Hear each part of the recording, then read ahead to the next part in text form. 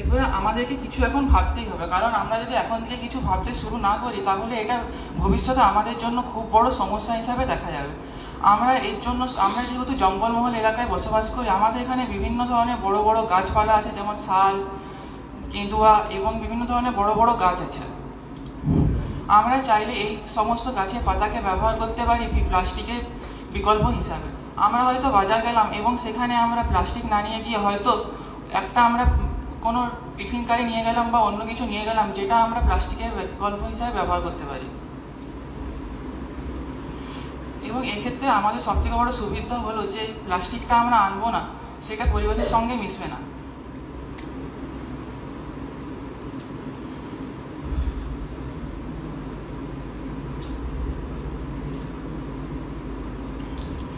এছাড়াও আমরা আমাদের পরিবেশের মধ্যে যদি আমরা পরিবেশকে সত্যি রক্ষা করতে চাই, তাহলে আমাদেরকে এখন থেকে কিছু একটা ভাবতে হবে এবং প্লাস্টিকের বদলে বিভিন্ন ধরনের অন্যান্য সামগ্রী ব্যবহার শুরু করতে হবে। এবং আমার নির্দিষ্ট সময়ের আগে থেকেই তো বিষয়ের উপর গাড়ি টানলো, পরবর্তী তাহলে ওই স্কুল বাদ দিয়ে, কুমুদ কুমারী স্কুল বাদ দিয়ে অন্য যারা স্কুল থেকে প্রতিনিধিত্ব করতে এসে তারা প্রশ্ন করতে পারে। হ্যাঁ, টপিকসটা তুমি আরেকবার বলে দাও ওদের সুবিধার্থে। Alternative uses of single use plastic, অর্থাৎ একবার ব্যবহারযোগ্য প্লাস্টিকের বিকল্প কি ব্যবস্থা। ও খুব সুন্দর বললো, যদিও খুব অল্প ও সীমাবদ্ধতার মধ্যে দিয়ে বলেছে। এবার তোমাদের কাছে প্রশ্ন রইল, তোমাদের জন্য 4 মিনিট বরাদ্দ করা হয়েছে। তোমরা যে বিষয়ের ওপর, টপিক্সের ওপর ও বললো তার ওপর ওকে প্রশ্ন করো, ও উত্তর দেওয়ার চেষ্টা করবে। শুরু করো। বলছি যে মাটিতে যে প্লাস্টিকটা অলরেডি মিক্স হয়ে গেছে, ওটাকে বের করে পুনরায় রিইউজ কেমন করে করবো? দেখো, যেটা মাটিতে অলরেডি মিক্স হয়ে গেছে সেটা তো আর আমরা বের করতে পারবো না, এবং সেটা আমাদের আর বের করানো আমাদের ক্ষমতার মধ্যে নেই। কিন্তু আমরা চেষ্টা করতে হবে যাতে আমরা ভবিষ্যতে আর ওই ধরনের প্লাস্টিককে মাটিতে মিশতে না দিই, এবং সেটা আমাদেরকে রোধ করতে হবে। নেক্সট কে প্রশ্ন করবে? হাত তোলো, তোমার নাম বলো আর চট করে প্রশ্নটা করে ফেলো। স্যার, আমি শান্তির Mondal, Manikpara high school SS থেকে বলছি। আমি তো জানি যে প্লাস্টিকের ব্যবহার, মাইক্রোফোনটা কাছে না, মুখের কাছে না। হ্যাঁ, প্লাস্টিকের ব্যবহার সম্পূর্ণভাবে তুলে দেওয়া যাবে না, কিন্তু অবুঝ মানুষদের, যারা এখন এই ব্যাপারে কিছুই জানে না, সেই সমস্ত ব্যক্তিদের কীভাবে আমরা এই প্লাস্টিক ব্যবহার কমাতে কীভাবে আমরা বোঝাতে পারবো? শোনা যাচ্ছে না, কাছে না, আমরা তো দূরে বসে আছি, শুনতে পাচ্ছি না।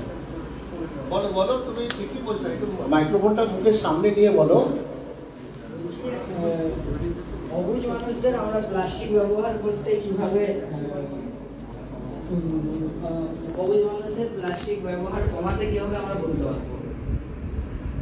আচ্ছা, এখানে অবুঝ মানুষ বলতে তো মানুষ হবে, কিন্তু এখানে যাদের কাছে শিক্ষার আলো এখনো পৌঁছায়নি বা যারা এখনো অতটা ভাবে অ্যাওয়ার নয়, আমাদেরকে নিজেদেরকে ইনিশিয়েটিভ নিয়ে তাদেরকে অ্যাওয়ার করতে হবে, এবং গভর্নমেন্টের বিভিন্ন ইনিশিয়েটিভ নিতে হবে এবং তাদের মধ্যে তাদেরকে অ্যাওয়ার করতে হবে বিভিন্ন।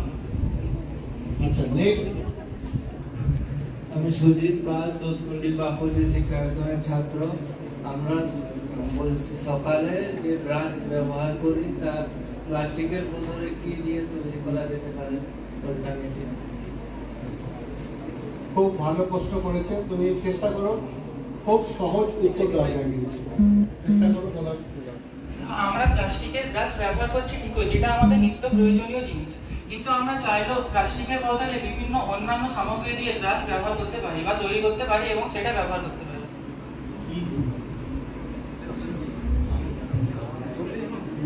নেক্সট কেউ যদি বিষয়ের উপর প্রশ্ন করতে।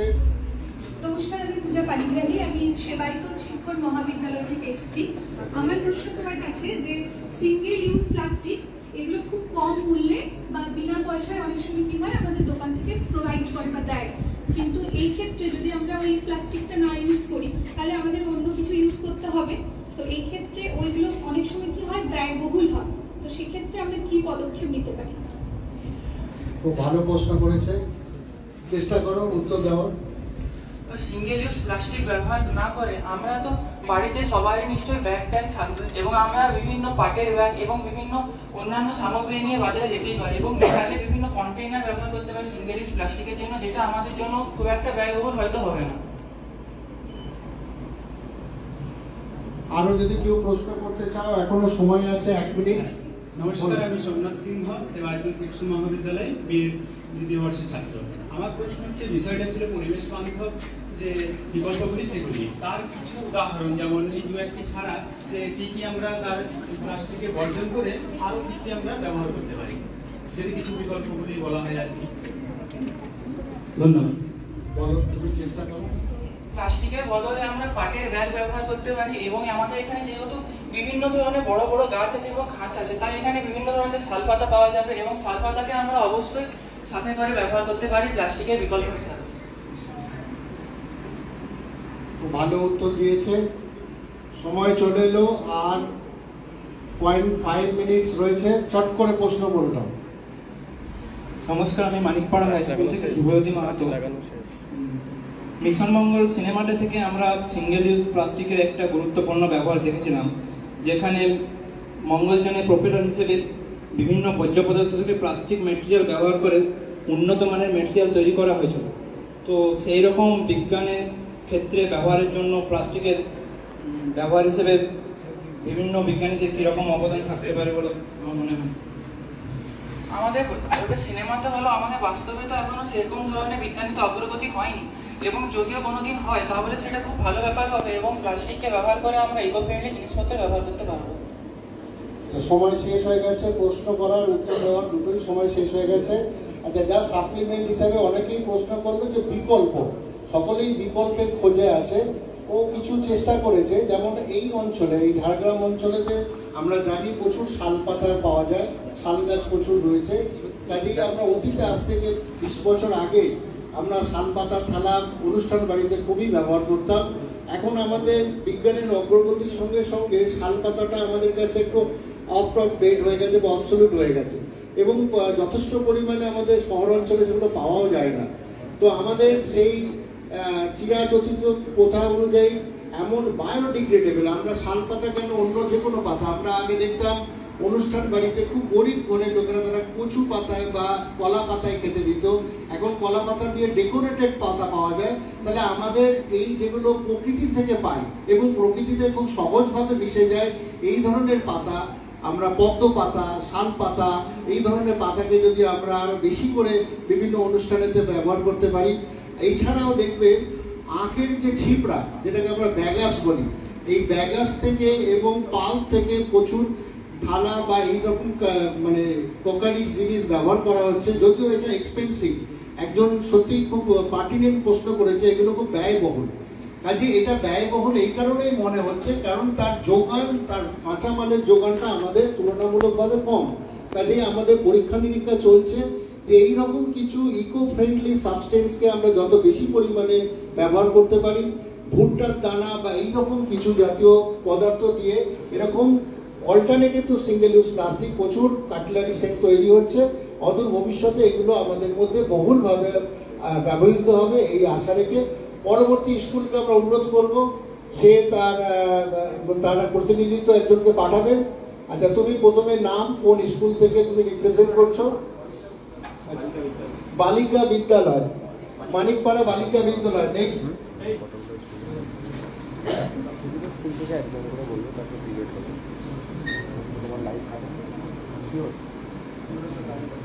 তোমার নাম, স্কুলের নাম, বিষয়, যে বিষয়ের উপর তুমি বলবে এটা বলো। তারপর যখন আমি স্টার্ট বলবো তখন তুমি তোমার বক্তব্য শুরু করবে।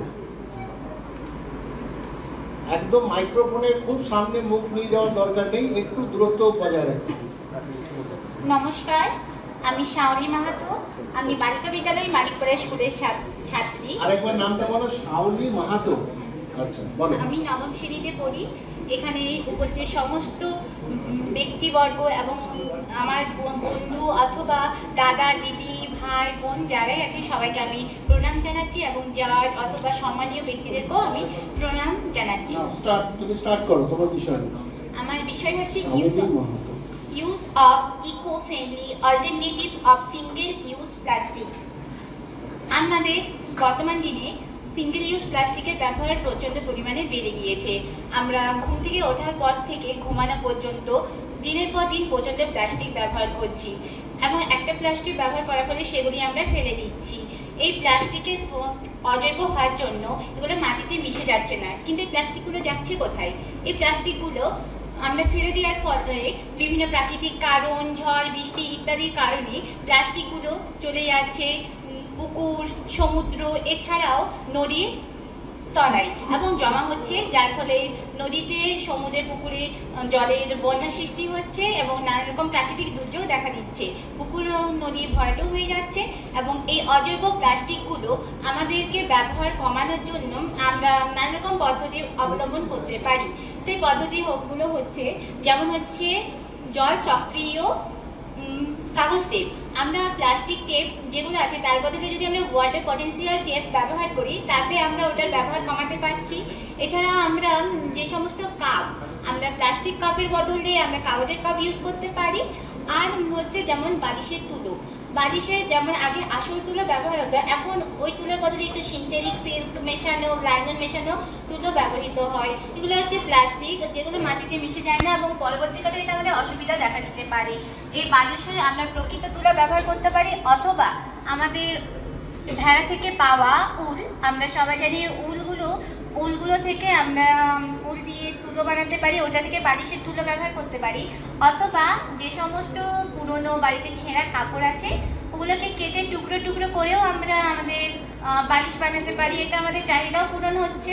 এছাড়াও আমাদের ব্যবহৃত স্ট্র, বিভিন্ন রেস্টুরেন্ট বা হচ্ছে আমরা ক্যাফেতে গেলে আমাদেরকে স্ট্র দেয়, এই স্ট্রগুলো অথবা কোল্ড ড্রিঙ্কস খেলেও আমরা স্ট্র ব্যবহার করি। বাড়িতে বৃদ্ধ বয়স্করাও যারা খেতে অসুবিধা বা যাদের দাঁতে অসুবিধা তাদেরও স্ট্র ব্যবহার করতে হয়। তো এর বদলে আমরা প্লাস্টিকের যে স্ট্র আছে তার বদলে ব্যবহার করতে পারি নানা রকম স্ট্র বিকল্প প্লাস্টিকে, যেমন হচ্ছে আমরা কাগজের স্ট্র ব্যবহার করতে পারি। বর্তমানে ওআরএস এর প্যাকেটে কাগজের স্ট্র ইউজ করা হয়, কিন্তু বাকি যে সমস্ত কোল্ড ড্রিঙ্কস আছে সেগুলোই কাগজের স্ট্র ব্যবহার হয় না।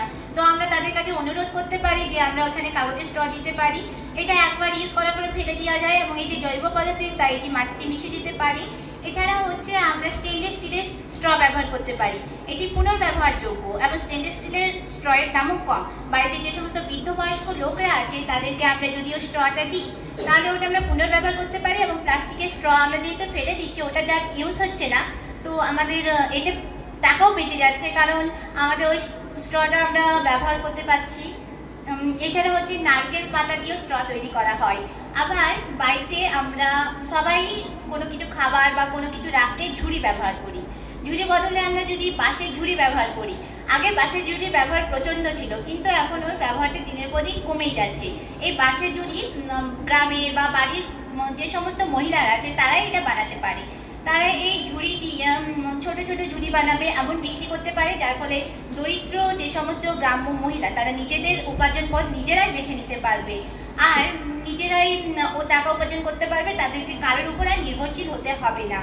আর এছাড়া হচ্ছে মাশরুম প্যাকেজিং হচ্ছে এমন এক ধরনের প্যাকেজিং যার ফলে আমরা আমাদের ব্যবহৃত নানা রকম জিনিসকে আমরা প্রোটেক্ট করতে রাখতে পারি প্লাস্টিকের বদলে। এটি মাশরুমের থেকে পাওয়া যায়, মাশরুমের গুরুত্বপূর্ণ উপাদানে মাইসেরিয়াম নামক এক জায়গা থেকে এটি তৈরি করা হয়। এছাড়াও আমরা ব্যবহার করতে পারি হচ্ছে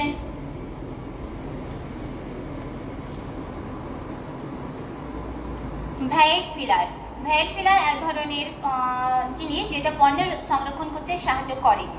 আর এছাড়াও ব্যবহার করতে পারি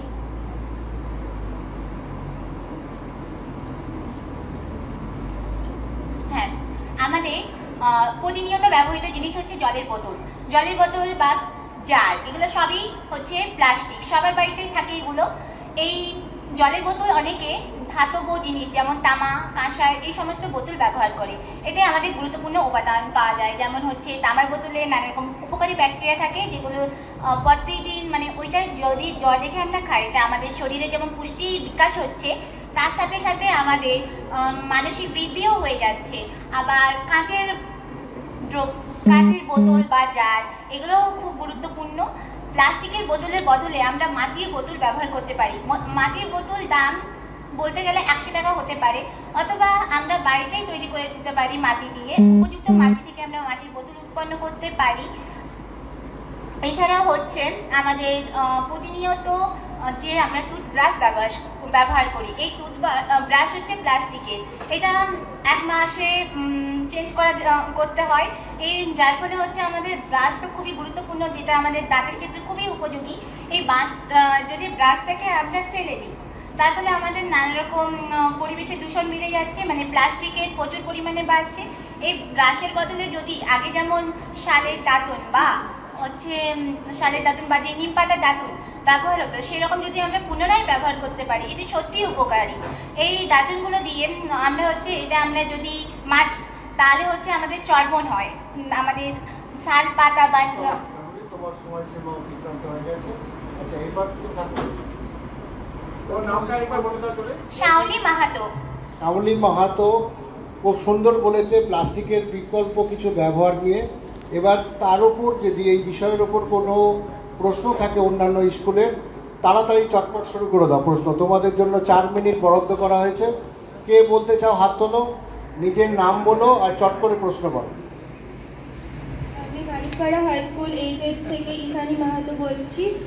তুমি বললে যে সমুদ্রের তলদেশে অনেক প্লাস্টিক জাতীয় বর্জ্য জমা হয়ে থাকে, তো সেগুলোকে কি করা যায়? কারণ ওগুলো অলরেডি জমা হয়ে গেছে। সেগুলো যেহেতু প্লাস্টিকগুলো সমুদ্রে জমা হয়ে গেছে, আমরা আর ওগুলো উদ্ধার করতে পারবো না। তো আমরা আমাদের মানুষকে বোঝাতে পারি বা নিজেরাই চেষ্টা করতে পারি যে আর সেটা ভরাট না হয়, কারণ প্লাস্টিক যেহেতু অজৈব পদার্থ, সেগুলো আমরা ধ্বংস করতে পারবো না, এবং যেগুলো সমুদ্রে মিশে গিয়েছে সেগুলো বের করা আমাদের ক্ষেত্রে অসম্ভব। আচ্ছা, প্রশ্ন এবং উত্তরের মধ্যে আমি একটা সংশোধন করে দিতে চাই। প্লাস্টিক যেহেতু খুব হালকা, অর্থাৎ সমুদ্র বা নদীর তলায় জমা হয় না, এটা উপরে ভাসে। এবং এই রকম আমাদের ছোট ওপেন ড্রেন যেগুলো আছে, নালা বা নর্দমা, সেগুলোর মারফতে সেগুলো নদী, খাল, বিল ইত্যাদি জায়গায় জমা হয় এবং নদীর মাধ্যমে সমুদ্র বা মহাসমুদ্রে জমা হয় এবং সেগুলো ফ্লোট করে। এবং বিভিন্ন দেশ থেকে এরকম ব্যবস্থা নেওয়া হয়। সেগুলো যেমন তোমরা অনেক সময় গুগলে সার্চ করে দেখবে, গ্রেট প্যাসিফিক বিচ বলা হয়। এখানে যেখানে এত পরিমাণ প্লাস্টিক বজ্র বা প্লাস্টিক বোতল বা এই জাতীয় জিনিস এত পরিমাণ রয়েছে যে একজন সামুদ্রিক ড্রাইভ সমুদ্রে যত গভীরে যেতে থাকে তত বিভিন্ন স্তরেতে বিভিন্ন প্রকৃতির প্লাস্টিক পাওয়া যায়। কাজে প্লাস্টিক খুব ফ্লোটেবল আইটেম, সেটা জলের উপর ভেসে থাকে। যদি উপযুক্ত ব্যবস্থা নেওয়া যায়, সেই প্লাস্টিককে অ্যারেস্ট করা যায়। নেক্সট প্রশ্ন করো। বিয়ে বাড়িতে যে মাটির বোতল ব্যবহার করতে বলছে, কিন্তু তা তো সবাই পারবে না। তো প্লাস্টিক বোতল খুব সহজে বিয়ে বাড়িতে ব্যবহার করা হয়, তার বিরুদ্ধে কি করতে পারি আমরা? আমরা মাটির বোতল ব্যবহার এখানে করতে পারি না, যেহেতু অনেক লোক যায়, এটা অসম্ভব। তো আমরা কাঁচের জগ নিয়ে যেতে পারি এবং প্রত্যেকে কাগজের গ্লাস নিতে পারি, যার ফলে হচ্ছে কাগজের গ্লাসগুলো মাটিতে মিশে যেতে পারে এবং হচ্ছে যে কাঁচের জগগুলো পরবর্তীকালে আমরা ইউজ করতে পারি। কাঁচের জল তো মানে কাঁচের জিনিস তো মাটিতে মিশে যায়, ওই জন্য। নেক্সট কে প্রশ্ন করবে, হাত তোলো। হ্যাঁ, বল। নমস্কার, আমি চিরঞ্জিত মাহাতো, সেবায়তন শিক্ষণ মহাবিদ্যালয় থেকে বলছি। আমার প্রশ্ন হচ্ছে যে এই যে বিকল্প প্লাস্টিকের বিকল্প হিসাবে যেগুলো ব্যবহার করার কথা বলা হচ্ছে, যেমন একটা বাঁশের ঝুড়ি বানানোর কথা বলা হচ্ছে। তো বাঁশের ঝুড়ি একটা সময় সাপেক্ষ জিনিস, এটা অনেক সময় লাগবে। একটা বাঁশের ঝুড়ি তৈরি করতে মোটামুটি 1 দিন সময় লেগে যায় একজন লোকের। তাহলে পুরো দেশের যদি চাহিদা পূরণ করাটা কি সম্ভব, মানে অল্টারনেটিভ হিসাবে? হ্যাঁ, করা যেতে পারে। আমরা যদি বাঁশের ঝুড়ি বানানোর জন্য একটা মেশিন তৈরি করতে পারি, এটা এছাড়া হচ্ছে যে সমস্ত মহিলারা অথবা পুরুষ যারা হচ্ছে বেরোজগার, তাদের এটি রোজগারের পথ হিসাবে ব্যবহৃত হতে পারে।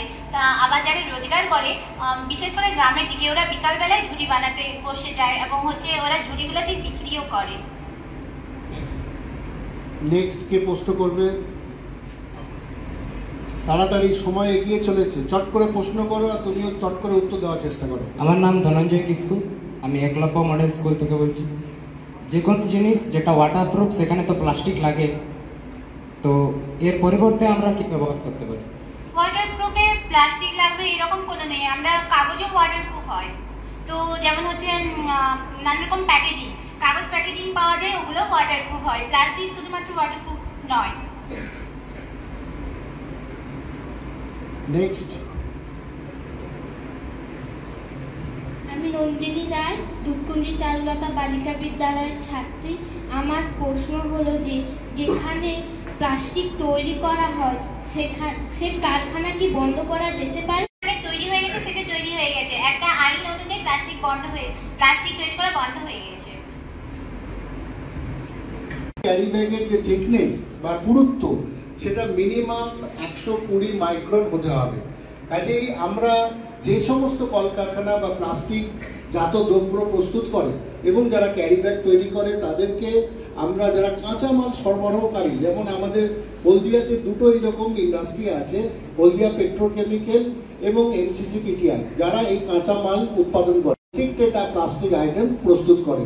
কাজেই গভর্নমেন্টের তরফ থেকে, আমাদের পশ্চিমবঙ্গ দূষণ নিয়ন্ত্রণ পর্ষদের তরফ থেকে নির্দেশিকা জারি হয়েছে যে ব্যান্ড আইটেম অর্থাৎ সিঙ্গেল ইউজ প্লাস্টিকের মধ্যে যেটা ভারতবর্ষের সরকারের নিষেধাজ্ঞা জারি করা হয়েছে, এইরকম প্লাস্টিকজাত দ্রব্য উৎপাদন করা যাবে না, তার উপর নিষেধাজ্ঞা জারি হয়েছে। করছি এই ধরনের প্রস্তুত করতে।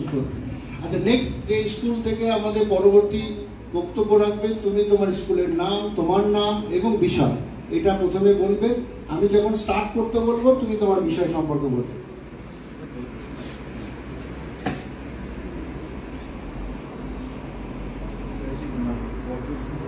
করে চলে এসো, তোমার নাম, স্কুলের নাম আর একবার বলো, পরিষ্কার করে আস্তে আস্তে বলবে এবং বিষয়।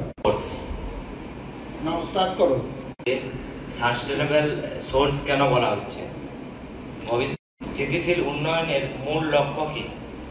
পরিবেশের সামঞ্জস্য ও দীর্ঘমেয়াদী হওয়া যায়, যাতে এটা কখনো নিঃশেষ না হয়। কখনো শেষ অবধি ক্ষয়িষ্ণু এবং তার সীমিত, তাকে আমরা শক্তিতে, যেসব শক্তি কখনো শেষ হয় না, সেই শক্তিকে আমরা বারংবার আরোহণ বা ব্যবহার করতে পারবো, তাকে আমরা নবীকরণযোগ্য শক্তি বলছি। যেমন হচ্ছে সৌরশক্তি, বায়ু শক্তি, বায়োমাস শক্তি ইত্যাদি। এরপরে যার মধ্যে চাপ নিরোধক থাকে এবং এই চাপ সূর্যরশ্মির সূর্যরশ্মির যে তাপীয় শক্তি তাকে কেন্দ্রীভূত করে উচ্চ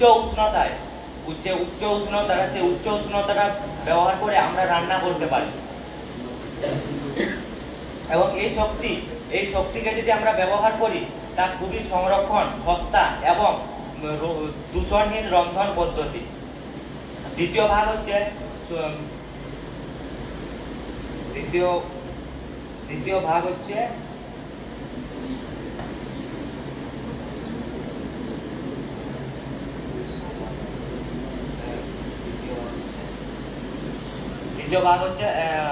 ফটোভোল্টাইক কোষ বা সৌর কোষ। এই সৌর কোষের মাধ্যমে এবং সিলিকন পদার্থ দিয়ে তৈরি। এই সৌর কোষের ইলেকট্রন কণাগুলো আছে, তা ফোটন কণার মাধ্যমে বিভিন্ন উত্তেজিত ও বিচ্যুতি হয়ে সেগুলোকে তড়িৎ শক্তিতে রূপান্তরিত করতে পারি। এটা কি কাজে লাগবে? এটা কাজে লাগতে পারে আমরা বিদ্যুৎ শক্তিকে বিভিন্ন জলের যে পাম্প, জলের পাম্পের সাহায্যে জল তোলা যেতে পারে। এবং যে সোলার প্যানেল আছে, সোলার প্যানেল লাগিয়ে আমরা গাড়ি চালানো যেতে পারে। এবং এই সৌরশক্তির প্রধান উপাদান হচ্ছে, এই সৌরশক্তির প্রধান উৎস হচ্ছে সৌরকোষ। নমস্কার। এই সৌরকোষ কখনো শেষ হবে না। আমরা বর্তমান মানব জাতি যদি আমরা ব্যবহার করতে পারি এবং ভবিষ্যতের জন্য ব্যবহার করতে পারবো। আর আমি মনে করি যে এই সৌরশক্তি যদি ব্যবহার না করা হয়, ভবিষ্যতে কিছুই উন্নয়ন করা যেতে পারে না। ভবিষ্যতের উন্নয়নের জন্য এই শক্তি হচ্ছে এক নম্বর শক্তি, এটা কখনো ছিড়াবে না। এবং আমাদের ভারতবর্ষের প্রধান সৌর বিদ্যুৎ কেন্দ্র হচ্ছে রাজস্থানের ভালগা সোলার প্যানেল।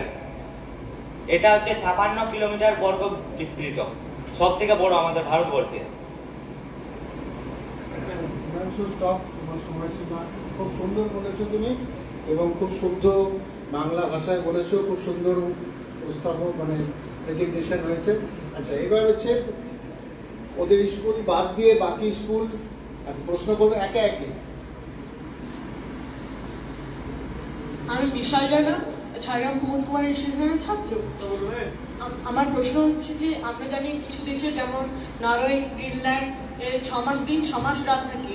ধরুন ওই দেশগুলিতে 6 মাস রাত থাকায় ওইখানে সৌর কিরণ থাকবে না, তাহলে আমরা ওই দেশগুলিতে কিভাবে সৌরশক্তি কাজে লাগাবো? ওখানে যে 6 মাস দিন হচ্ছে 6 মাস রাত, সেখানে সোলার প্ল্যান্ট বাদ দিয়ে যে আমাদের বিদ্যুৎ শক্তি আছে, এবং আমি তো বললামই যে সৌরশক্তির দ্বিতীয় ভাগে যে বিদ্যুৎ শক্তিটা তৈরি হচ্ছে, ওখান থেকেও ওটা সাহায্য পেতে পারে। জনস্বাস্থ্য উন্নতি কিভাবে আমরা করতে পারি? সৌরশক্তি আমরা শোনার জন্য খুবই উপকারী, পরিবেশ দূষণও হচ্ছে না সেই জীবাশ্ম জ্বালানোর জন্য, উন্নতি হতে পারে। নেক্সট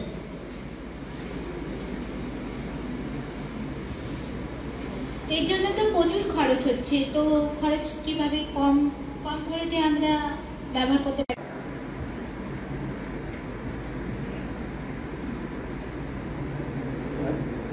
তুমি বললে যে গাড়ি চালানো যাবে সৌরশক্তির সাহায্যে, তো এটা কি করে সম্ভব?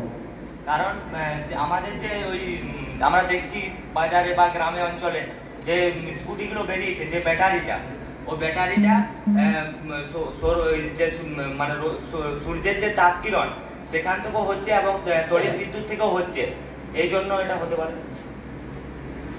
এরপরে বিভিন্ন বিজ্ঞানী বা যদি কেউ বড় বড় ব্যাটারি তৈরি করতে পারে, তার জন্য ট্রেন চলাচলও হতে পারে আধুনিক। নেক্সট কে বলবে? এই সামনের দিকে হাত তুলেছে, ওকে মাইক্রোফোনটা দাও। আচ্ছা ঠিক আছে, তুমি বলো। তুমি একটু আগে বললে ভবিষ্যতের উন্নয়নের জন্য এবং পরবর্তী প্রজন্মের জন্য সৌরশক্তি একটা খুব বড় বিকল্প, কিন্তু এখনো অবধি প্রচলিত তাপবিদ্যুৎ শক্তি সেখান থেকে সব থেকে বেশি পরিমাণে শক্তি উৎপন্ন হয়, এবং তার তুলনায় সৌরশক্তিতে উৎপন্ন বিদ্যুৎ শক্তি অনেকটাই কম। তো সেক্ষেত্রে বড় বড় ইন্ডাস্ট্রি বা এমনকি যানবাহনের ক্ষেত্রেও রেল চলাচলের জন্য যে বেশি উচ্চমানের বিদ্যুৎ শক্তি প্রয়োজন হয়, সেক্ষেত্রে সৌরশক্তি খুব ভালো বিকল্প নয়। সেক্ষেত্রে অন্য কি বিকল্প বা সৌরশক্তিতে কি উন্নতি করা যেতে পারে? সৌরশক্তি এখনই খুব প্রচলিত ঠিক, কিন্তু আমরা ভবিষ্যতে তো সেটা বেশি প্রচলিত হতে পারে, এবং সেটার উপরে যদি মানুষের দেশবাসী বা যারা বিজ্ঞানী আছে তারা যদি ভাবেন যে এটার জন্য আমাদের বেশি উন্নতি হচ্ছে, তারা তাহলে সেটার উপর বেশি গুরুত্ব দিবেন। কারণ এখন আমরা সব ইলেকট্রিক বিদ্যুতের উপরেই গুরুত্ব দিচ্ছি, সেটা পরবর্তী প্রজন্মে সেটার উপরে যদি বেশি গুরুত্ব দেওয়া হয় তাহলে সেটা বেশি প্রচলিত হবে। আমরা এখন দিচ্ছি না বলে আমরা কম ব্যবহার করছি। আর কে বলবে? মরু অঞ্চলগুলিতে তো প্রচুর সূর্য কিরণ হয়, তাহলে সেই রকম হলে পুরো রাজস্থানের মতো অঞ্চলে যেখানে থর মরুভূমি আছে সেখান থেকে প্রচুর মানে সোলার এনার্জি উৎপন্ন করা হচ্ছে না কেন, যাতে পুরো রাজস্থানের মতো একটা বড় রাজ্য ওই সূর্য কিরণ মানে সোলার এনার্জির উপরে নির্ভরশীল হয়ে পড়ে? প্রশ্নটা আরেকবার বল। মরু অঞ্চলগুলিতে তো করছে যে আর আমাদের প্রয়োজন নেই, ওই জন্য তারা বেশি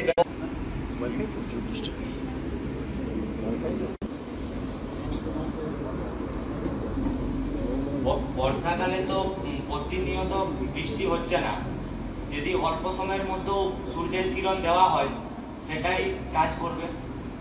সৌরশক্তি উৎপাদন তো কম, তাহলে কি হবে? সময় অতিক্রান্ত হয়ে গেছে, আমরা লাস্ট প্রশ্ন, চট করে উত্তর দেওয়ার চেষ্টা করো, যদি পারো তো বলো, না হলে কুইক করে যাও। আমি যে উত্তরটা বললাম ঠিক আছে, আর প্রশ্ন আমরা নিতে পারবো না। নেক্সট, আমরা সময় শেষ হলে কিছু বিষয় নিয়ে যেগুলো খুব পার্টিনেন্ট প্রশ্ন এসছে সেগুলো বিষয় নিয়ে আমরা বলবো, তাহলে আমরা পরবর্তী স্কুলকে সুযোগ দেওয়ার জন্য আমি নেক্সট স্কুল একলব্য স্কুল থেকে কে আসতে চাও চট করে চলে এসো, তোমার নাম, স্কুলের নাম এবং বিষয়, যে বিষয় নিয়ে তুমি বলবে।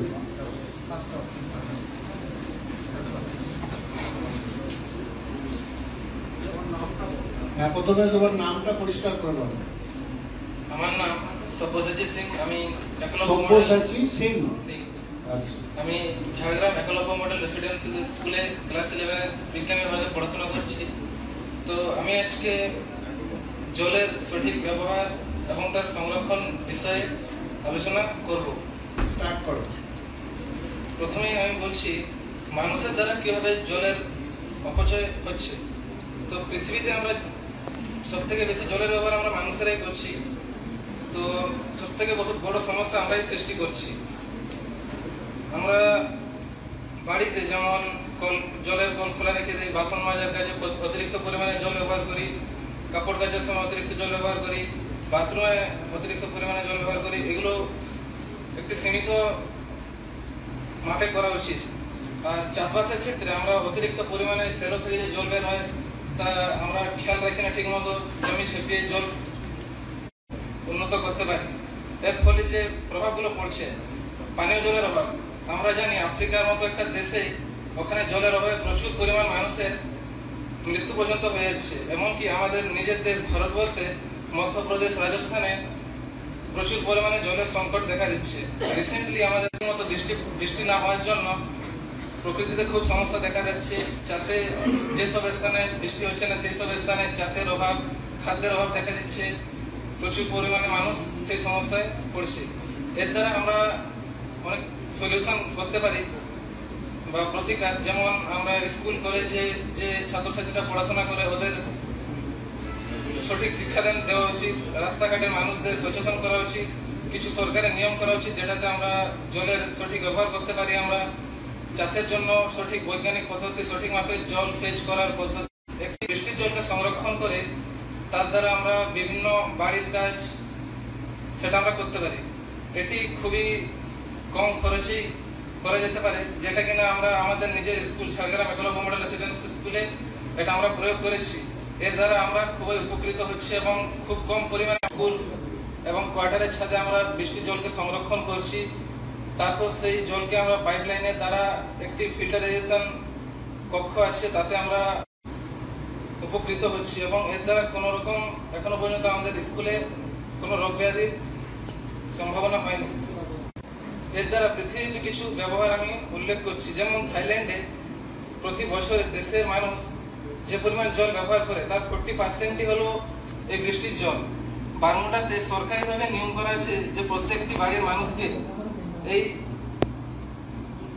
এই পদ্ধতি অবলম্বন করতে হবে। নিউজিল্যান্ডের মানুষ বহুদিন ধরে এই ব্যবস্থা চালিয়ে চলেছে। শ্রীলঙ্কাতে 2007 সালে সংবিধান অনুযায়ী এই নিয়ম করা আছে যে প্রত্যেকটি মানুষকে এই পদ্ধতি অবলম্বন করতে হবে। তাই আমরা চাই আপনারাও সকলে এই পদ্ধতি অবলম্বন করুন যাতে আমাদের বাড়িতে জলের সংরক্ষণ সঠিক মতো হয়।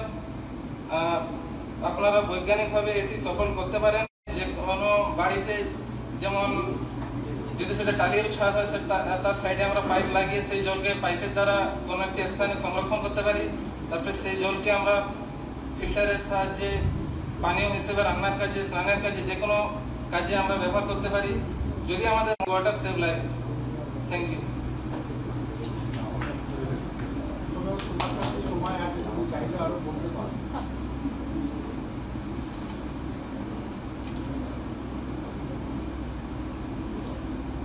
আমি তোমাকে বলতে বাধ্য করছি না, যদি তুমি এখানে শেষ করতে চাও।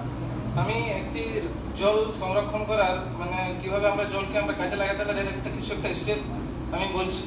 প্রথমে আমরা যে বাড়িঘরগুলো থাকে, যদি পাকার বাড়ি হয় তাতে উপরে ছাদ থাকে, যদি মাটির বাড়ি হয় তাহলে যে এজবেস্টার বা টালি থাকে তার সাইডে আমরা পাইপ লাগিয়ে সেই জলকে সংগ্রহ করে একটা কোনো একটি স্থানে আমরা সেই জলকে সংগ্রহ করতে পারি। তারপরে সেই জলকে আমরা পাম্পের সাহায্যে ফিল্টার করে রান্নার কাজে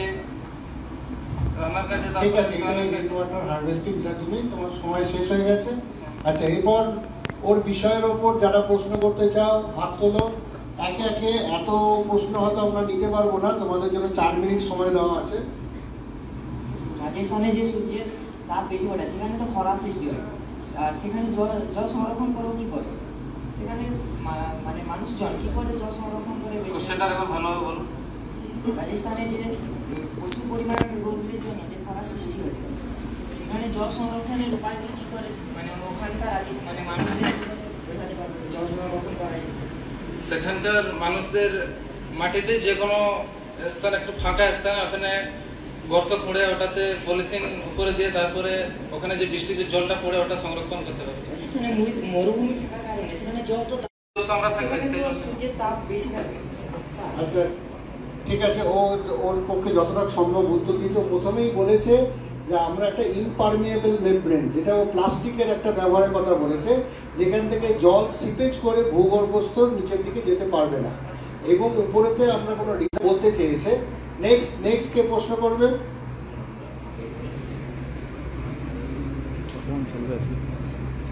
মানুষ মাত্রই তো ভুল হয়, যদি যন্ত্রপাতি ভালো করে বসানো না হয় তাহলে নানা রকম রোগ অসুখ দেখা দিতে পারে। তো কিভাবে আমরা ভালো করে কাজটা করতে পারি? তো আমরা তো প্রাচীন ভাবে দেখে আসছি যে যদি ফিল্টার যদি আমরা সেরকম লাগাতে না পারি তাহলে কিছু একটা বড় মানে বাকেট বা কোনো কিছু জিনিসে আমরা বালি পাথর দিয়ে তার উপরে জলটা ঢেলে ছাঁকুনি হিসেবে সেই জলকে আমরা গঙ্গার জল থেকে জল বিশুদ্ধ করে পানীয় জলে যোগ্য করে তোলা হচ্ছে, সেরকম ঝাড়গ্রামের মতো। কারণ ঝাড়গ্রামের প্রধান কারণ হচ্ছে এখানে গঙ্গার মতো এত বড় নদী আমাদের এখানে নেই। ছোট ছোট কয়েকটি নদী আছে, যেমন সুবর্ণরেখা, কাঁসাই নদী, এগুলি সম্ভবতই বৃষ্টির জলে পরিপুষ্ট এগুলো নদী। আর গঙ্গা নদী আমাদের বরফের জল গলে এই নদীতে সারা বছরই জল থাকে, তাই জন্য আমরা এই নদীগুলো থেকে এটা করা সম্ভব হয়নি, যদিও সম্ভব হয় খুব কম পরিমাণে। বেশি পদক্ষেপ নেওয়া হয়েছে। এটি আমাদের মুম্বাই এইসব রাজ্যে এটি খুব অবলম্বন করা চলেছে।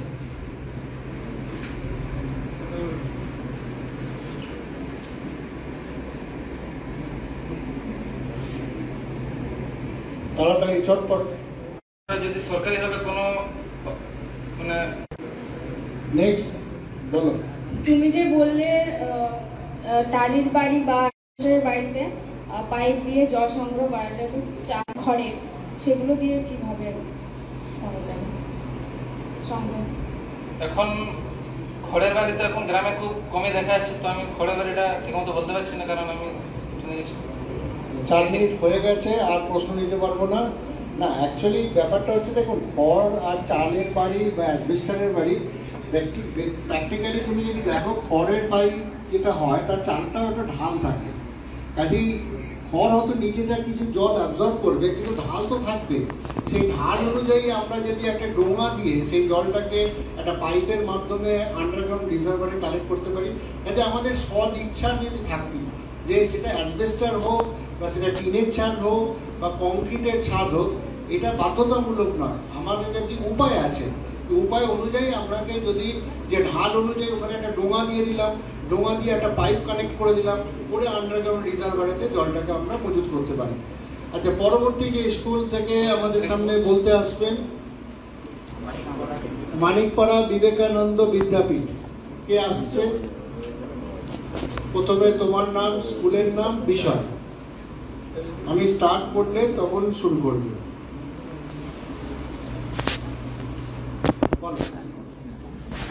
নমস্কার, এখানে উপস্থিত সবাইকে আমার প্রণাম। আমার নাম দিশা মাহাতো। ঈশা মাহাতো, DISH তো দিশা মাহাতো। আমার নাম দিশা মাহাতো, আমি মানিকপাড়া বিবেকানন্দ বিদ্যাপীঠের 10ম শ্রেণীর ছাত্রী। আমার টপিকটি হলো forest conservation versus development or human dependence on forest causes its destruction. প্রকৃতি আমাদের মা। প্রকৃতির একটি প্রধান উপাদান হলো গাছ বা বৃক্ষ। এই বৃক্ষ আমাদের বিভিন্ন প্রকার দূষণের থেকে রক্ষা করে, যেমন মাটি দূষণ, বায়ু দূষণ প্রভৃতি। এই দূষণগুলো প্রতিরোধের একটি প্রধান উপায় হলো বৃক্ষ। এই কথায় বলা হয় একটি গাছ একটি প্রাণ। এই আমাদের প্রকৃতি হলো আমাদের মা। এই মা আমাদের বিভিন্ন জিনিসের যোগান দেয় আমাদের বেঁচে থাকার জন্য, কিন্তু সেই যোগানটি সীমিত।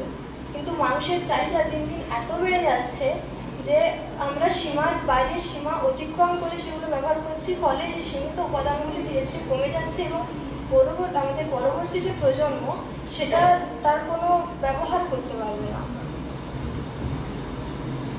আবার যেমন ছোট ছোট উদ্ভিদ, সেখান থেকেও মানে মানুষ পুরোপুরি প্রকৃতির উপর নির্ভরশীল।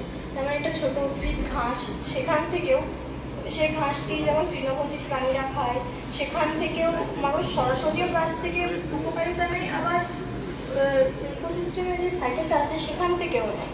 তাই মানুষ পুরোপুরিভাবে গাছের উপর নির্ভরশীল। আমরা প্রকৃতি যেহেতু আমাদের মা, প্রকৃতি যেহেতু আমাদেরকে কিছু না কিছু দিচ্ছে, তার পরিবর্তে আমাদের উচিত প্রকৃতিকে কিছু দেওয়া। আমরা যদি সন্তানের মাকেই ধ্বংস করি তাহলে কিভাবে হবে? এইগুলি রক্ষা করার জন্য আমাদের বন সংরক্ষণ করতে হবে, বেশি পরিমাণে গাছ লাগাতে হবে। আবার বন সংরক্ষণের ওখানে অনেক প্রাণীও সংরক্ষণ করা যায়।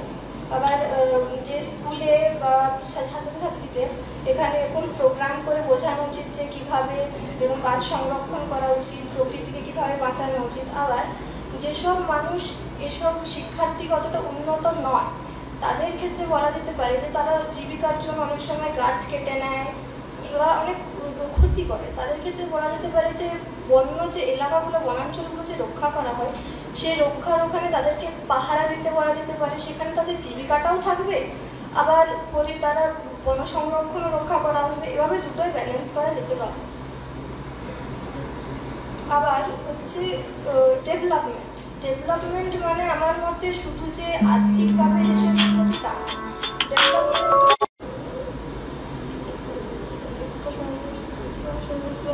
মানুষ মানে মানবিকতা। শুধু রক্তে মাংসে হলেই মানুষ হওয়া যায় না। আমাদের উচিত আমাদের প্রকৃতিকে রক্ষা করা, তার সে আমাদেরকে যেটা দিচ্ছে সেটা ফিরিয়ে দেওয়া। তোমার বিষয় সম্পর্কিতই আলোচনা করো, যে বিষয়টা কিন্তু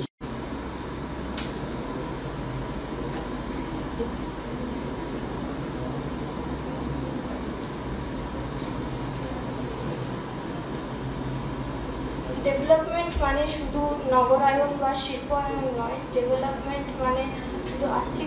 তোমার টপিকস আজকে যে বিষয়ের উপর তুমি বলছো, forest conservation versus development, or human depends on forest causes its destruction.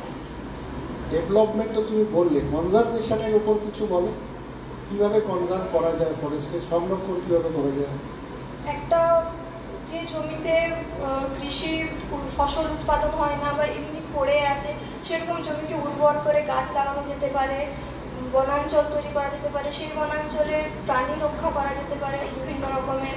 আবার সেই বনাঞ্চল রক্ষা করার জন্য অনেক মানুষ পাহারাও রেখে যেতে পারে, সাথে তাদের জীবিকা বাড়বে। ফলে চারদিকটাই সমানভাবে ব্যালেন্স হয়ে থাকে।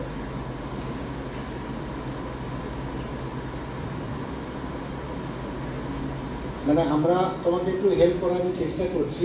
আমরা অনেক সময় ডেভেলপমেন্টের স্বার্থ থেকে ফরেস্টকে ধ্বংস করি, তাই তো? তা আমরা সংরক্ষণ কথাটা বলতে চাইছি, কাজে ডেভেলপমেন্টকে কম্প্রোমাইজ করবো না আমরা। ডেভেলপমেন্ট তো হতেই হবে, এবং সাথ সঙ্গে বনসৃজন বা ফরেস্টকে কনজার্ভ করা। তো তার জন্য তোমার কিছু নিজস্ব কিছু ধারণা তুমি আমাদের মধ্যে শেয়ার করতে পারো, যে এইভাবে করলে আমরা ফরেস্টকে আরো ভালোভাবে কনজার্ভ করতে পারবো। সেই বিষয়ে যদি দু একটা মন্তব্য। যে জমিগুলোতে চাষবাস করা হয় না সেই জমিগুলোতে ব্যবহার করা যেতে পারে, এটা একটা হলো। আর কি হতে পারে? সবসময় দেখো না যে বই থেকে যেরকম বলা আছে সেটাই তোমাকে বলতে হবে। নিজস্ব কিছু ধারণা করো না, যে তোমার আশেপাশে অঞ্চলেতে যদি যে ফরেস্ট ধ্বংস করা হচ্ছে, গাছ কেটে ফেলা হচ্ছে, তার জন্য তোমাকে যদি দায়িত্ব দেওয়া হয়, যে তুমি কি একজন ছাত্র হিসেবে, একজন নাগরিক হিসেবে তোমাকে কিছু দায়িত্ব দেওয়া হলো, তোমাকে কিছু করতে বলা হলো, তাহলে তুমি কি করতে পারো? হয়তো সেটা কেউ মানলো না, কিন্তু তুমি তো নিজে থেকে একটা প্রচেষ্টা তো করতে পারো। সেরকম কিছু বলতে পারো। কিছু দল গঠন করে মানুষের কাছে গিয়ে বোঝানো যেতে পারে, বা নিজেরাই বাড়ির আশেপাশে গাছ লাগানো যেতে পারে, রাস্তায় রাস্তায় গাছ লাগানো যেতে পারে। আর কিভাবে কনজার্ভ করা যায়?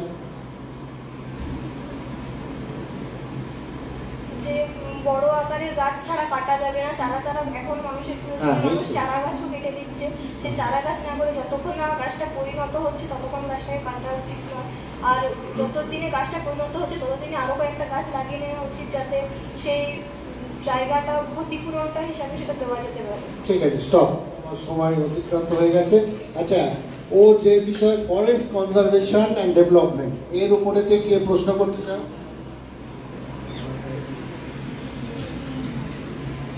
মাইক্রোফোনটা দাও। আমরা জানি আমাজন জঙ্গলের অনেকটা অংশ চলে গিয়েছিল, যেটা ধ্বংস হয়ে গেছে। তো এই বিষয়ে মানে দাবানল লেগে যাওয়া, দাবানল থেকে যে ধ্বংস হয়ে যায় সেটা কিভাবে আটকানো যেতে পারে? যেটা পুড়ে গেছে সেটা তো আমরা ঠিক করতে পারবো না, তবে আমরা নতুন গাছ লাগাতে পারি আর এটা খেয়াল রাখতে পারি যাতে দাবানলটা না লাগে। গাছে গাছে ঘষা লেগে বা যেভাবে লাগে সেখানে গাছটা একটু দূরত্ব বজায় রেখে গাছ লাগানো উচিত, কিংবা কিছু মানুষকে বাহায় রাখা উচিত যারা গাছের দেখাশোনা করবে। এভাবে যদি রাখা যায় তাহলে দাবানলটা আটকানো যেতে পারে। নেক্সট। জাপানের মতো অঞ্চলে যেমন 100% ঘরবাড়ির মধ্যে প্রায় 90% ঘরবাড়ি কাঠ দ্বারা তৈরি হয়, সেক্ষেত্রে জাপানে অনেক বেশি পরিমাণ গাছের প্রয়োজন হয়। কিন্তু তা সত্ত্বেও জাপান কীভাবে সেখানে গাছের পরিমাণটা ঠিকঠাক বজায় রাখতে পেরেছে সেই বিষয়ে কিছু কথা।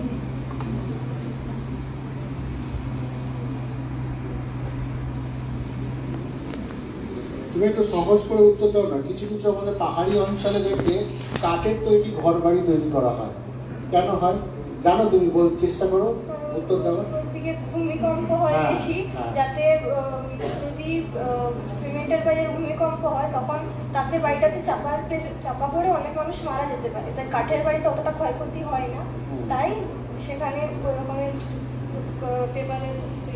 পেপারের তৈরিও বাড়ি তৈরি করা হয়, দেওয়ালগুলো যেটা পেপারের তৈরি করা। তাহলে কি যথেচ্ছভাবে গাছ কাটা যায়? যথেচ্ছভাবে যতটা আমাদের দরকার ততটাই গাছ কাটা উচিত, তার বাইরে কাটা উচিত। যতটা প্রকৃতি আমাদের ফিরে দিতে পারবে ততটাই।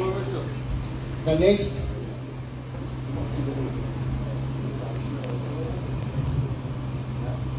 ভারতের দেরাদুনে অবস্থিত অরণ্য গবেষণা কেন্দ্রটি ভালো করে বলো। ভারতের দেরাদুনে অবস্থিত অরণ্য গবেষণাগারটির নাম। আচ্ছা, প্রশ্ন করছো ঠিক আছে, কিন্তু গুগলের সাহায্য না নিয়ে প্রশ্ন করো। তোমার বন্ধুকে বিপদে ফেলার চেষ্টা করো না, এমনই প্রশ্ন করো বিষয় সম্পর্কিত, যে বিষয়ের ওপর বললো, যাতে ওর উত্তর দেওয়াটাতে সাহায্য করে। এখানে কিন্তু কোনো ক্রেডিট নেওয়ার কোনো বিষয় না।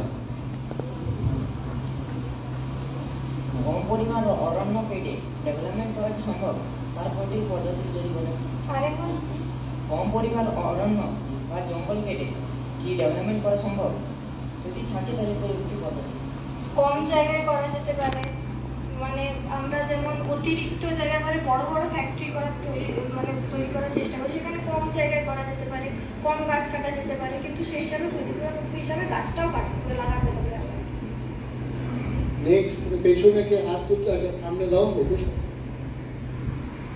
একদম নতুন যে হাত তুলছে বা প্রশ্ন করছে তাকে একটু সুযোগ দিতে হবে। আমি দেখছি আমাদের ভারতের পপুলেশন যে ডে বাই ডে ইনক্রিজ হচ্ছে, এর জন্য আমাদের উড আর ইন্ডাস্ট্রিয়ালাইজেশন আর এই যে সিভিলাইজেশন এগুলো বাড়ছে। তাহলে আমরা ফরেস্টকে না কেটে ফরেস্টকে কিভাবে কনজার্ভ করব? তো ভারতের পপুলেশন আমাদের যেমন এক একজনের অনেকগুলো করে রাখতে হচ্ছে, সেটা প্রথম ইয়ে করতে হবে। ভারত যেমন সরকার যেমন এটা বলে দিয়েছে যে একজন মানুষের দুজনের বেশি সন্তান হওয়া যাবে না, সেটাকে ধরে রাখতে হবে যাতে পপুলেশন অনেকটা ব্যালেন্সে আসতে পারে। একটা তো জনসংখ্যা নিয়ন্ত্রণ হলো, তা সেটাই কি একমাত্র হাতিয়ার? এটা ছাড়া কি আর অন্য কিছু করা যায় না? চেষ্টা করো বলো। মজে যাওয়া খাল পুকুর যেগুলো এমনি পড়ে থাকে সেগুলো ভরাট করে জমি হিসাবে বাসস্থান করা যেতে পারে। না, ভরাটটা সবসময় জলাভূমিকে সংরক্ষণও করতে হবে। যেগুলো আর কি নষ্ট হয়ে গেছে, যেগুলোতে জল ধারণ ক্ষমতা নেই, সেইগুলোকে ভরাট করে ইয়ে করা যেতে পারে। আচ্ছা, অন্য এক স্টুডেন্টকে প্রশ্ন করার আমরা সুযোগ করে দিই। লাস্ট প্রশ্ন, কিন্তু সময় অতিক্রান্ত হয়ে গেছে। কেউ কি বলতে চাও, প্রশ্ন করতে চাও? হ্যাঁ, তুমি লাস্ট। এখন যে রাস্তা তৈরি করার জন্য বড় বড় গাছ কাটা হচ্ছে সেগুলি একটু মাইক্রোফোনটা কাছে নিয়ে বলো, ওকে তো শুনতে হবে। এখন নতুন রাস্তা তৈরির জন্য যেসব বড় বড় গাছগুলো কাটা হচ্ছে সেগুলি 100-200 বছরের পুরানো, কিন্তু এখন যে পরিবেশ দূষণ হচ্ছে এর কারণে এখন ভালো কোনো গাছ হচ্ছে না। তাহলে এটা কি করা যেতে পারে? রাস্তা আমরা নিজেদের প্রয়োজনের তুলনায় অনেকটা বড় করছি, যেমন এক একটা জায়গায় 3-4টে রাস্তা হয়ে যাচ্ছে। ওটা করা ঠিক না, যতটা যাতায়াতের জন্য প্রয়োজন ততটুকু রাস্তায় করা ভালো। আর বড় বড় গাছগুলোকে তত মানে যদি গাছ কাটা হয় সেই হিসাবে যেমন গাছ লাগানো উচিত, সেই গাছগুলোকে ঠিকমতো ব্যবহার করা উচিত। আচ্ছা, এই প্রসঙ্গে আমি সাপ্লিমেন্ট করছি, আমাদের যদি কোনো বনাঞ্চলের থেকে বৃক্ষ কেটে যেমন রাস্তা সম্প্রসারণ করা হতে পারে, সেটা যদি সোশ্যাল ফরেস্ট্রি হয়, তা লোকাল গভর্নমেন্ট, মিউনিসিপ্যালিটি বা পঞ্চায়েতের থেকে একটা পারমিশন নিতে হবে। যদি সেটা ফরেস্টের এরিয়াতে হয় তাহলে ডিস্ট্রিক্ট ফরেস্ট অফিসার, ডিএফও যেটা বলি, তার কাছে অনুমতি নিয়েই তবে গাছ কাটতে হবে। এবং গাছ কাটার আগে তার সমপরিমাণ, আমরা সাধারণত ফরেস্ট ডিপার্টমেন্টের একটা গাইডলাইন আছে যে যতগুলো গাছ কাটবো তার 5 টাইমস গাছ রোপণ করতে হবে, তাকে পরিণত হওয়ার সুযোগ দিতে হবে, তারপর গাছ কাটতে হবে। নেক্সট, এই প্রশ্ন তাহলে সময় অতিক্রান্ত হয়ে গেছে। পরবর্তী স্কুল থেকে দুধকুন্ডি চারুলতা বালিকা বিদ্যালয় কে আসছো? তাড়াতাড়ি এসো। নিজের নাম, স্কুলের নাম, বিষয়।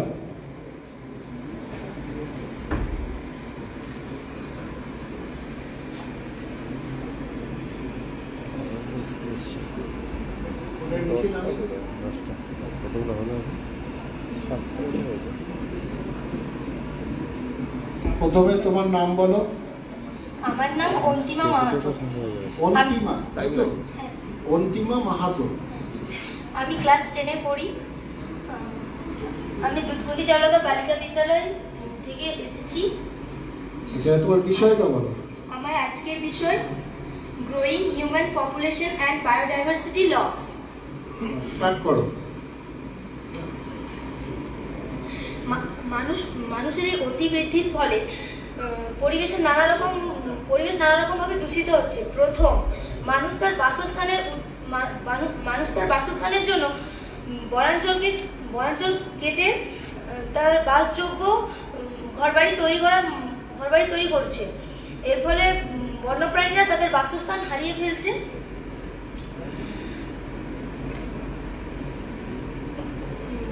মানুষের এই অতিবৃদ্ধির ফলে পর্যাপ্ত খাদ্যের যোগান দিতে গিয়ে কৃষক সম্প্রদায়রা উন্নত পরিমাণে কীটনাশক ও বিপুল পরিমাণ রাসায়নিক সার ব্যবহার করার ফলে তা জমিতে থাকা বিভিন্ন উপকারী যেসব কীটপতঙ্গ, অর্থাৎ কেঁচো থেকে শুরু করে মৌমাছি, তারা বিলুপ্ত হচ্ছে।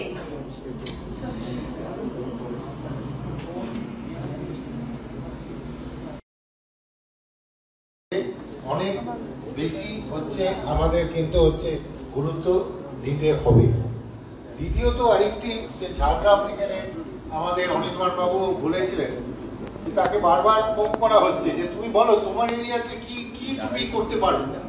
কিন্তু আমি জানি না আগে আলোচনা হয়েছে কিনা যে ঝাড়গ্রামে শাল গাছ খুব বিখ্যাত।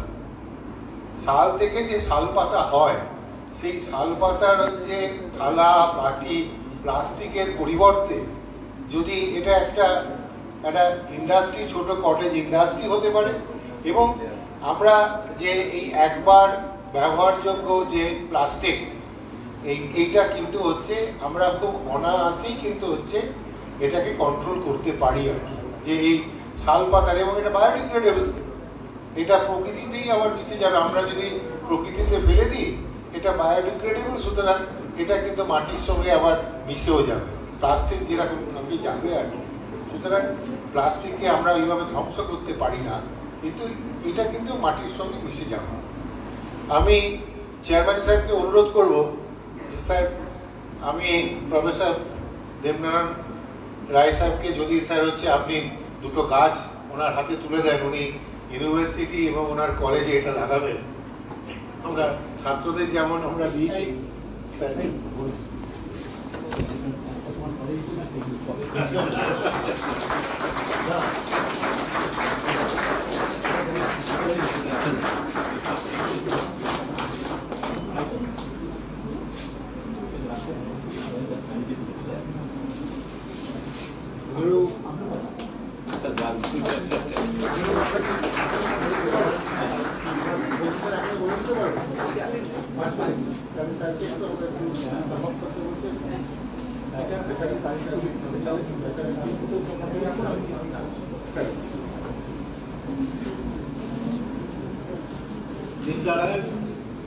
আমার দীর্ঘদিনের বন্ধু, ও বললো যে ভাইস চ্যান্সেলর ওকে আসতে দিচ্ছিল না, ও বললো যে আমার স্যার এসছেন, আমাকে যেতেই হবে। ও কেন আমাকে স্যার বলে আমি জানি না, আমি ওকে ক্লাসরুমে কখনো পড়াইনি, কিন্তু আমার খুব অনেক দিনের ভালো বন্ধু। ও জুলজি মানে প্রাণীতত্ত্বের অধ্যাপক এবং খুব রসিক মানুষ। এবং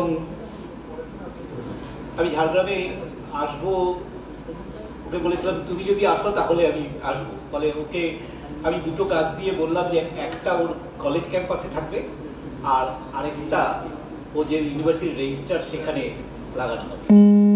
তো আমি একটু একটা প্রশ্ন করছি, সেটা বোধহয় তুমিও উত্তর দিতে পারো, যে সবুজ বিপ্লবের পরে কি একটা নতুন কথা বলা হয়েছিল যে যদি জেনেটিক্যালি মডিফাইড ক্রপ ইন্ট্রোডিউস করা হয়, এবং জেনেটিক্যালি মডিফাইড ক্রপ মানে বিশেষ করে বিটি বেগুনের একটা বেগুন, এর বিপন্নতাটা হচ্ছে গাছের একটা স্বাভাবিক ধর্ম আছে যে আমরা গাছ থেকে তার বীজটা সংরক্ষণ করে তাকে রিসাইকেল করি, এটাই প্রকৃতির নিয়ম।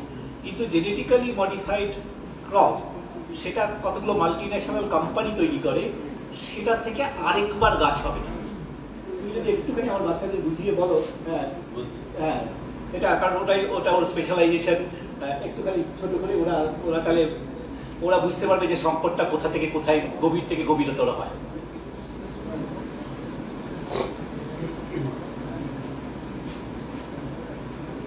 সবার প্রথমে আমি আমার সদ্য স্যার প্রফেসর কল্যাণ রুদ্র, চেয়ারম্যান পলিউশন কন্ট্রোল বোর্ডে, ওনাকে সশ্রদ্ধ প্রণাম জানাই। আছেন মঞ্চে যারা বিশিষ্ট জ্ঞানী গুণীজন, বিজ্ঞানী, চিফ ইঞ্জিনিয়ার সাহেব রয়েছেন, অন্যান্য যারা সুধীজন এখানে রয়েছেন, এবং কলেজ স্কুল প্রতিষ্ঠান থেকে আগত প্রতিনিধিবৃন্দ, ছাত্রছাত্রীরা, সকলকে যথাযোগ্য স্থানে আমার প্রণাম, শ্রদ্ধা, নমস্কার, ভালোবাসা জানিয়ে দু এক কথা বলছি। এই স্যার যখন বললেন যে আমি একটা প্রোগ্রাম করতে যাব, তো অ্যাকচুয়ালি অনেক ক্ষেত্রে হয় কি যে ঠিক ক্লাসে পড়লেই যে মাস্টারমশাই হয় তা কিন্তু নয়। আমি নিজে বিশ্বাস করি যে যতদিন মানুষ বাঁচে ততদিনই সে ছাত্র, যদি তার শেখার মানসিকতা থাকে। এবং হয়তো আজ এখানে যে সমস্ত ছোট্ট ছোট্ট ছেলেমেয়েরা বেশ আমি দেখলাম যে বেশ সুন্দর সুন্দর বক্তৃতা দিচ্ছে, হয়তো তাদের কাছেও আমার শেখার অনেক কিছুই আছে। আর বিশেষ করে স্যারের সান্নিধ্য আমি পেয়েছিলাম উত্তরবঙ্গে, মানে তখন খুবই মন ভারাক্রান্ত অবস্থায়। আমার আদিবাড়ি বর্ধমান, কর্মসূত্রে 99 ঝাড়গ্রামে আসা, 11 সালে আমি ট্রান্সফার হয়ে চলে যাই উত্তরবঙ্গে কোচবিহার। তো স্যারের একটা নদীর ওপরে একটা বক্তৃতা এবিএলসি কলেজে আমরা আয়োজন করেছিলাম। তো আমি মানে একদম মোহিত হয়ে শুনেছিলাম যে একটা মানুষ একটা নদী নিয়ে এত কিছু মানে ভেবেছেন, কল্পনা করেছেন। এবং আমরা জানি ভারত সরকারের গঙ্গা অ্যাকশন প্ল্যান, মানে গঙ্গা তো উৎপত্তি সেই গোমুখও আমি গেছি, কিন্তু গোমুখ থেকে যে গঙ্গা বেরোয় সেখান থেকে হিমবাহ থেকে বরফ নিশ্চিত জলে গঙ্গা যখন বেরিয়ে আসছে, যদিও বিভিন্ন জায়গায় গঙ্গার অনেকগুলো পাটে পাটে অলকানন্দা, মন্দাকিনী, ভাগীরথী নানান নাম হয়ে বিভিন্ন প্রয়াগ আছে পার হয়ে গঙ্গা নেমে আসছে। বিশেষ করে যখন উত্তরপ্রদেশকে গঙ্গা পার করে, তো সেই ঋষিকেশের জল আর উত্তরপ্রদেশে যখন কানপুর বা অন্যান্য ইন্ডাস্ট্রিয়াল বেল্ট যখন পার করে, তখন গঙ্গার জল অনেকটাই পাল্টে যায়। এবং আমাদের পশ্চিমবাংলা আস্তে আস্তে বুঝতেই পারছেন যে নানান ধরনের তার কম্পোজিশনে চেঞ্জ হয়। তো স্যার এত সুন্দরভাবে এই বাংলার নদ নদী নিয়ে বলেছিলেন, তো কেন জানি না, তো সেই শ্রোতা থেকে আমি ভালো না ছাত্র হয়ে গেছি। এবং এত অমায়িক মানুষ, মাটির মানুষ, মানে সেই কথাতেই আছে গঙ্গা যমুনা নর্মদা সিন্ধু বহিয়া চলেছে আগের মতন কইরে আগের মানুষ কই। তো স্যারেদের মতন মানুষকে পাওয়াটাও শিক্ষক হিসাবে সত্যি একটা বিরল অভিজ্ঞতা। তো যার জন্যে স্যার ছোট্ট ছোট্ট কোনো নির্দেশ যে মুহূর্তে দেন, আমি চেষ্টা করি এই জঙ্গলমহলের এলাকার মানুষের কাছে সেটা পৌঁছে দেওয়ার জন্যে। স্যার অনেক ভালো ভালো কাজ করছে। তো আমি আর এই লোভ সামলাতে পারলাম না, যদিও আমার কলেজে ন্যাকের অ্যাক্টিভিটি চলছে, অডিটারও আজকেও বসে আছেন। তো আমি বললাম যা কাজই আমার থাক, স্যার যখন ডেকে আমি যাবই। গতকালই নেচার স্টাডিতে যাওয়ার একটা ভাবনা রেখেছিলাম, তো আমি কলেজের একজন স্টাফকে পাঠালাম যে আপনি যান, এবং স্যার বলেছিলেন যে গাছপালা চেনে এরকম একজন ভালো লোক দিও। তো আমি ডক্টর রাজেন্দ্র প্রসাদ দে, ও ট্যাক্সোনমিতেই যেহেতু পিএইচডি করেছে, প্ল্যান্ট ট্যাক্সোনমিতে, আমি রাজেনকে বললাম, এবং রাজেন চাকরি করে মোহনপুরে। ও আমার এক ডাকেতেই সারা দিয়ে বললো ঠিক আছে স্যার আমি যাবো।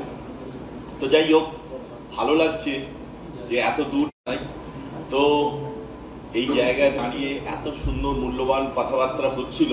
তো স্যার যে জায়গাটা একটু আলোকপাত করতে বললেন সেই সম্পর্কে একটুখানি বলি। অ্যাকচুয়ালি জেনেটিক্যালি মডিফাইড যে প্ল্যান্টের কথাগুলো বলা হচ্ছিল, এর অনেকগুলো ভালো দিকও আছে, অনেকগুলো মন্দ দিকও আছে। তোমাদেরও সিলেবাসে আছে।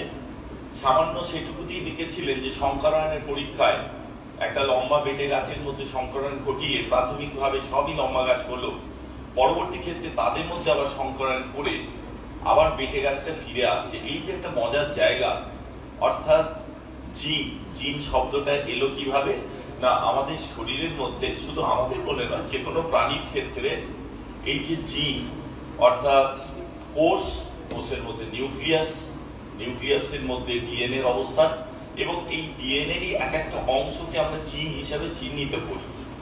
তো মানব শরীরেও যে জিন আছে, এটা নিয়েও হিউম্যান জিনোম প্রজেক্ট, যেটা আমেরিকা সরকার প্রথম উদ্যোগ নিয়েছিল, যে যদি আমাদের যে মোট 46টা ক্রোমোজোম আছে, আমাদের 44টা অটোজোম, 2টো সেক্স ক্রোমোজোম XY, তো সেটা নিয়ে উনি ভেবেছিলেন যে সব জিনগুলোকে আমরা যদি একটা লাইব্রেরিতে সাজাতে পারি, তাহলে মানুষের এই মাথার চুল থেকে শুরু করে পায়ের নখ পর্যন্ত যে গুণগুলো আমরা অ্যাট এ গ্লান্স, তার কোনো রোগ জ্বালা যাই হোক না কেন নিমেষের মধ্যে পাল্টে দিতে পারবো। যদিও সেই প্রজেক্টটা পুরোপুরি বাস্তবায়িত হয়নি, কারণ পৃথিবীতে এত বেশি ধরনের মানুষ, এত ধরনের জাতি আছে, এত বৈচিত্র্য আছে, ইভেন দেখা গেছে অভিন্ন যমজ এক বাবা মায়ের আপাত দৃষ্টিতে ফেনোটিপিক্যালি বাইরে থেকে দেখতে দুটো ছেলেকে দেখতে এক, কি দুটো মেয়েকে দেখতে এক, বিজ্ঞানীরা বলছেন তাদের একটা হলো ডিএনএ সিকোয়েন্স ডিফারেন্স হবে। তো এই যে জেনেটিক্যালি মডিফাইড, অর্থাৎ আমরা ধরেই নিলাম যে কিছু বিশেষ জিনকে কৃত্রিম উপায়ে, বায়োটেকনোলজি, জৈব প্রযুক্তির সাহায্যে আমার যেটা প্রয়োজন, আমার শরীরে এত মিলিগ্রাম ক্যালসিয়াম, এত মিলিগ্রাম ম্যাগনেসিয়াম, এত মিলিগ্রাম পটাশিয়াম। এই যে বয়স্কদের একটা রোগ হয়, খুব কমন দেখবে, তোমাদের বাড়িতেও বয়স্ক মানুষ থাকলে সোডিয়াম পটাশিয়াম ইমব্যালেন্স হয়ে গেছে। তার মানে কি, এই যে আমাদের দেহের যে কোষ, তার যে ইকুইলিব্রিয়াম বজায় রাখার জন্য sodium ion, potassium ion responsible. কিন্তু বয়স্কদের ক্ষেত্রে এই ওয়াটার ইনটেক আর ইউরিন রিলিজ, এই ব্যালেন্সে কোনো জায়গায় কিছু ঘাটতি ঘটলেই এটা হয়ে যায়, তখনই কিছু অসংলগ্ন কথাবার্তা বা হয়তো জ্ঞান হারানোর মতন অবস্থা, এই জিনিসগুলো। তো এই বিজ্ঞানীরা ভেবে নিলেন, এই যে হিউম্যান জিনোম প্রজেক্টের কথাই যেটা বলছিলাম, যে প্রত্যেকটা জিনকে যদি আমরা আইসোলেট করতে পারি, তাহলে জিন ঘটিত যে রোগগুলো, থ্যালাসেমিয়া, অন্যান্য কিছু ধরনের লিউকেমিয়া, এই সিকেল সেল অ্যানিমিয়া, এই যে বিভিন্ন ধরনের রোগগুলো, আমার যদি মন গেল, ধরে নাও একটা লাইব্রেরি, পরপর এইখানে যেমন দেয়ালে ইট গুলো দেখাচ্ছে, তো একটা ইট ভেঙে গেল, আমি যদি এই 46টা ক্রোমোজোমকে যদি আলাদা আলাদা নিয়ে তার জিনগুলোকে যদি একটা ম্যাপিং করে নিয়ে লাইব্রেরিতে সাজিয়ে নিই, এটা ফিজিক্সের বই, এটা কেমিস্ট্রি বই, এটা বায়োলজির বই, বায়োলজির মধ্যেও এটা ফিজিওলজি, এটা বোটানি, এটা জুলজি, তাহলে আমার যখন যে বইটা দেখতে মন যাবে আমি সেটা টুক করে তুলে নিয়ে সেটা পড়বো।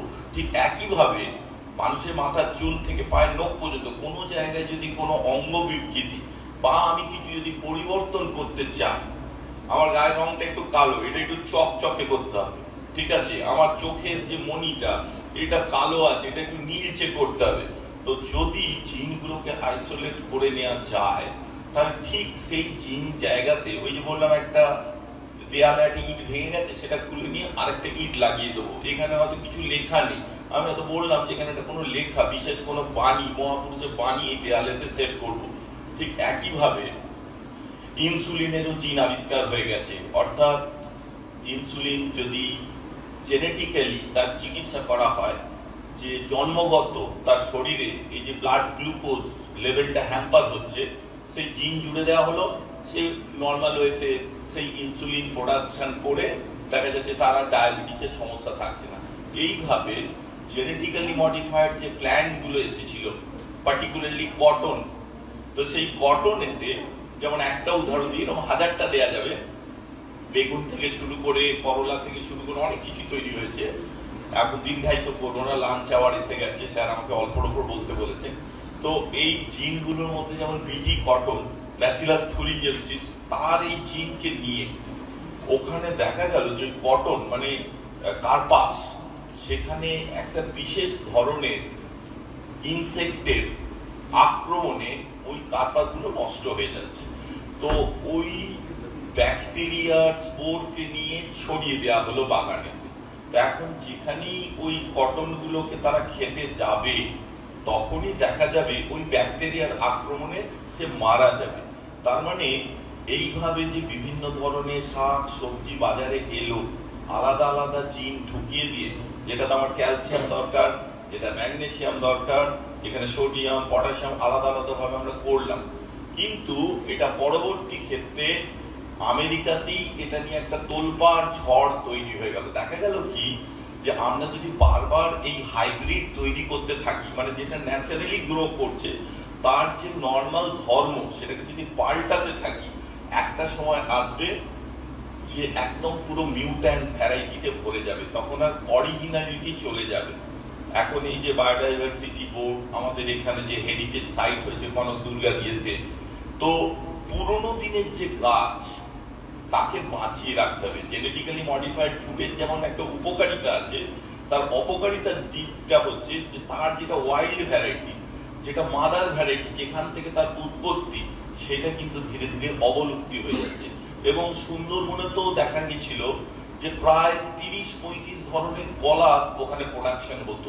এবং একটা জিনিস মনে রাখবে যে প্রত্যেকটা ভৌগোলিক অঞ্চলের সাথে সেখানে ফল, ফুল, গাছপালা, বিভিন্ন উদ্ভিদের একটা অ্যান্টি বিভিন্ন ধরনের জাত, অর্থাৎ রোগ জ্বালা থেকে রক্ষা পাওয়ার জন্য এই যে সিজনাল ফ্রুটস, এর কিন্তু একটা আলাদা ইম্পর্টেন্স আছে।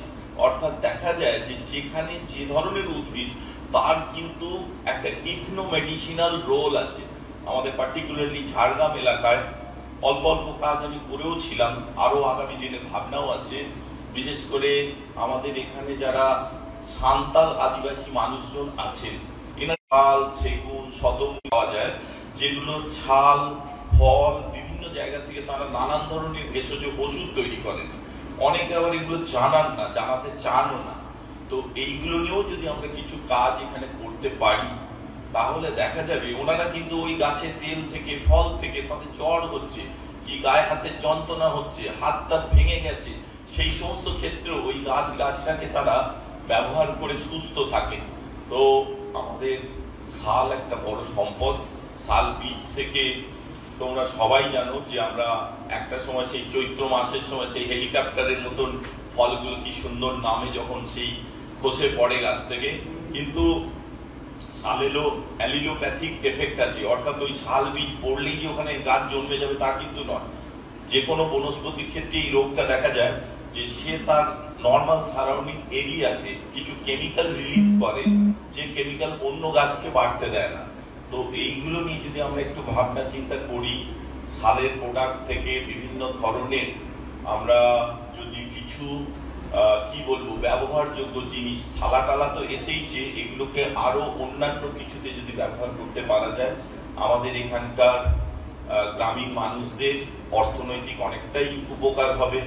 এবং আমার বিশ্বাস যে কর্মশালা স্যার আয়োজন করেছেন, এখানকার আপামর জঙ্গলমহলের মানুষ উপকৃত হবে। স্যারের কাছে আবেদন রাখবো বারে বারে এই অনুষ্ঠান করুন। এবং সেক্ষেত্রে আমার কলেজের তরফ থেকে, আমাদের বিশ্ববিদ্যালয়ের তরফের থেকে আমাদের যদি কোনো সহযোগিতার প্রয়োজন হয় আমরা সবসময়ই করব। এবং আমার বিশ্বাস আজকে যারা ছাত্রছাত্রী তোমরা এখানে শুনছো, আগামী দিনে আমাদের পরিবেশ রক্ষায় তোমাদের একটা বড় ভূমিকা থাকবে। প্লাস্টিক নিয়েও অনেক কথা বলছিল প্রাথমিকভাবে, এবং তোমরা জানো যে আমাদের এখানকার ভূমিপুত্র শান্তনু বাবু তিনি বুলেট প্রুফ জ্যাকেট এই ওয়েস্ট প্রোডাক্ট, এই প্লাস্টিক ওয়েস্ট থেকে তিনি তৈরি করেছেন এবং আমার বিশ্বাস আগামী দিনে আজ যারা তোমরা ছাত্রছাত্রী আগামী দিনে বিজ্ঞানী হবে, গবেষক হবে এবং এই অঞ্চলের উন্নতি করবে।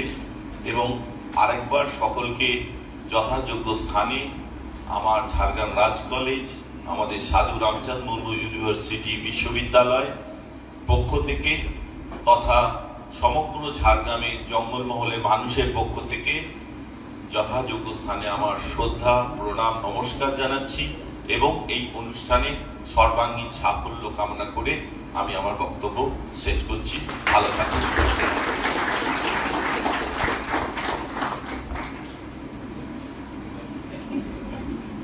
স্যার, অসাধারণ হচ্ছে একটা দিক উনি বললেন যে বিটি কটন নিয়ে মনসান্টো হচ্ছে এটা একটা ঝড় হয়ে গেছিল এক সময় মহারাষ্ট্রে, যে এটা ব্যবহার করা হবে কি হবে না, এবং বিভিন্ন পরিবেশবিদরা যেটা উনি কুফলের কথা বললেন যে ইন্ডিজিনাস ভ্যারাইটি গুলো নষ্ট হয়ে যাবে, সুতরাং এর ব্যবহার বন্ধের জন্য একটা বিরাট আন্দোলন তৈরি হয়েছে। কিন্তু আজকের দিনে এটা আমাদের বিষয়টা খুব গুরুত্বপূর্ণ যে ক্লাইমেট চেঞ্জ ইস্যুতে যেখানে আমাদের ক্রপ প্যাটার্ন চেঞ্জ হয়ে যাচ্ছে, যেখানে আর সুন্দরবনে স্যালাইন ওয়াটার চলে আসছে, সেই স্যালাইন ওয়াটারে কিভাবে আমরা ধান চাষ করব, জেনেটিক্যালি মডিফাইড অর্গানিজমস, এটা কিন্তু হচ্ছে আজকে কিন্তু খুব প্রয়োজনীয়তা আছে। এবং আরেকটা যেটা হচ্ছে যেমন এগ্রিকালচার সেক্টরে, আরেকটা হেলথ সেক্টরে, যে ভেক্টরবর্ন ডিজিজগুলোকে কিভাবে আমরা কন্ট্রোল করব, যেটা স্যার খুব সুন্দরভাবে ব্যাখ্যা করেছেন। এটা কিন্তু আজকে তোমাদের ভাবতে হবে যে জেনেটিক্যালি মডিফাইড অর্গানিজম কিভাবে হচ্ছে মানব স্বার্থে এটা ব্যবহার করা যেতে পারে উইথ দ্য মানে ক্লাইমেট চেঞ্জ ইস্যুতে। যাই হোক, খুব ভালো আজকে খুব সুন্দর খোলামেলা আলোচনা হয়েছে। আমি গতকাল এবং আজকে যে এই যে আজকে তোমাদের সঙ্গে যে আমাদের প্রোগ্রাম আমরা করলাম, তাতে আমরা সবাইকেই আমরা খুব অভিনন্দন জানাচ্ছি যে তোমরা এসেছো, মানে পার্টিসিপেট করেছো, সবাই ভালো পারফর্ম করেছো। কিন্তু তার মধ্যেও তো কেউ হয়তো ভালো কেউ পারফর্ম করেছে, সবাইকেই আমরা স্বীকৃতি দিচ্ছি। তাই গতকাল এবং আজকে যারা বেস্ট পারফর্ম করেছেন, আমি ডক্টর অনির্বাণ রায় সাহেবকে আমি সবাই মিলে খুব ভালো লাগছিল যে এতজন ছেলে মেয়ে বিভিন্ন স্কুল থেকে এবং কলেজ থেকে এসে উপস্থাপন করেছেন এবং তারা পড়াশুনো করেছেন, চিন্তা ভাবনা করেছে তোমরা সবাই মিলে, এবং আজকে উপস্থাপনা খুব ভালো হয়েছে। 10 জন আজকে এই সেমিনার যেটাকে আমরা করছি, এই সেমিনারে পরিবেশের যে বিভিন্ন ইস্যুকে নিয়ে তারা আলোচনা করেছেন, তাকে কি নাম্বার দেবো এই নিয়ে খুব দ্বিধান্বিত ছিলাম। সবাই ভালো বলেছে কম বেশি। আমরা মূলত 3টে ভাগে ভাগ করেছিলাম। একটা ছিল যে তাদের কন্টেন্টস কেমন ছিল, মানে কি বিষয়, যে বিষয়ের কন্টেন্টস। সেকেন্ড ছিল তার প্রেজেন্টেশন কেমন ছিল, আজ প্রশ্ন উত্তরে তারা কেমন উত্তর দিয়েছে, কিভাবে ডিল করেছে। এই 3টে বিষয় নিয়ে আমরা এটাকে জাজমেন্ট করেছি। বলেছি সবাই কিন্তু একজনকে সিলেক্ট করতে হবে এতজনের মধ্যে থেকে, এবং সেক্ষেত্রে আমরা দেখছিলাম যে সিলেক্টেড হয়েছে সে এমন কিছু বলেছে যেগুলো খুব প্র্যাকটিক্যাল এবং ফিজিবল। শুধুমাত্র কিছু তথ্যকে পরিবেশন করে নয়, তার এলাকার কিছু সমস্যাকে নিয়ে, বা যে সমস্যাটা খুবই চারদিকেই আছে এবং তার সলিউশনটা এমনভাবে খুব কম খরচে সেটা করা যায়, মানুষ করতে পারবে, এইরকম কিছু চিন্তা ভাবনা সে করেছে এবং সে বলেছেও ভালো, নানান প্রশ্নের উত্তর দিয়েছে, তাকে আমরা সিলেক্ট করেছি। বিশেষ করে সে এমন কিছু বলেছে যেগুলো মনে করুন ফেলে দেওয়া জিনিস, জামা কাপড় যেগুলো ছিঁড়ে গেছে, প্লাস্টিকের বদলে সেগুলো সে ব্যবহার করা যেতে পারে, শুধু সিঙ্গেল ইউজ প্লাস্টিক ব্যবহার করা যেতে পারে। যে স্ট্র আমরা ব্যবহার করি সেই স্ট্রগুলোকে আমরা অনেক সময় ফেলে দিই, তার বদলে আমরা কাগজের স্ট্র ব্যবহার করতে পারি, বা নারকেলের পাতা দিয়ে স্ট্র বানিয়ে ব্যবহার করতে পারি, বা এমন হয়তো আমরা যে গ্লাস ব্যবহার করি, কাগজের গ্লাস, মাটির গ্লাস, এগুলো ব্যবহার করতে পারি, জগ ব্যবহার করতে পারি, যেগুলো এই প্লাস্টিকের বোতল না ব্যবহার করে, এরকম কিছু ফিজিবল করা যেতে পারে সেই রকম। এবং সব কিছু বিচার করে বালিকা বিদ্যালয় মানিকপাড়ার সাউলি মাহাতো, যে মেনলি রয়েছে অল্টারনেটিভ ওয়ে অফ ক্লাসিং, সেই পাস হয়েছে এবং সিলেক্টেড হয়েছে।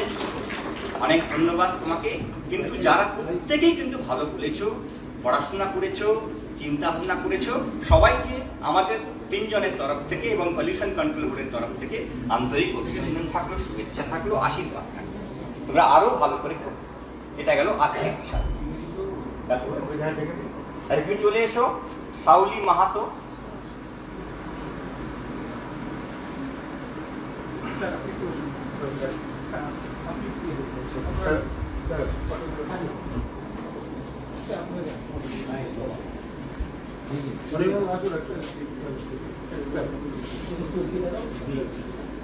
সবাই আসলে গোল করে দেওয়া।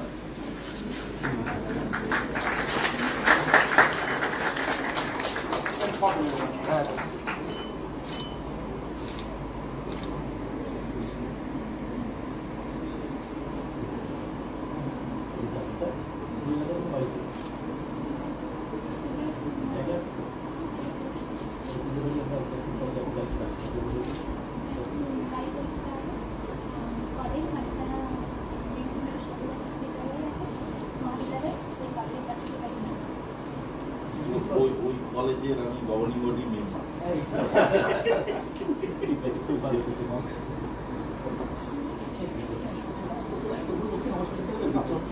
ঠিক আছে,